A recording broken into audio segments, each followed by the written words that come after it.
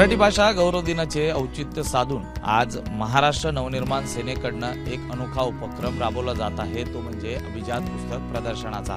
त्या पुस्तक प्रदर्शनामध्ये मुंबईतले अनेक नामांकित शासक हे सहभागी होणार आहेत आणि आपले शासक आहेत त्यांची पुस्तकं ही यासाठी लोकांना विक्रीसाठी ठेवण्यात येणार आहेत। जर आपण पाहिलं माझ्या उजव्या बाजूला या ठिकाणी मोठ्या प्रमाणात 2 पेंडॉल्स उभे करण्यात आलेले आहेत।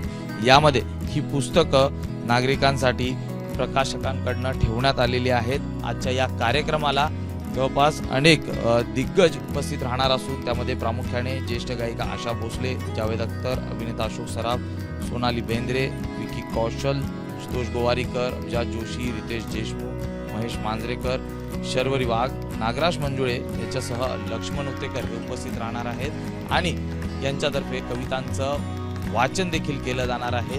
आणि या अनुषंगानेच होणारी गर्दी लक्षात घेता ही आसन व्यवस्था आपल्याला पाहायला मिळते की कशा पद्धतीने करण्यात आलेली आहे।